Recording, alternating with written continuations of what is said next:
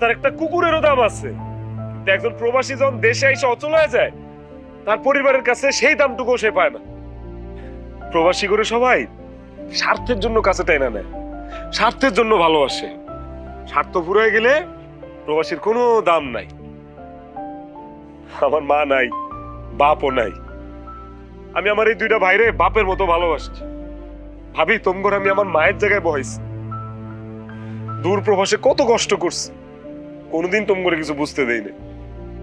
তোমগর লেগে আমি কত কিছু করছি, কিন্তু আফসোস এত কিছু করার পরেও আমি তোমগর কাছে আপন হইতে পারলাম না।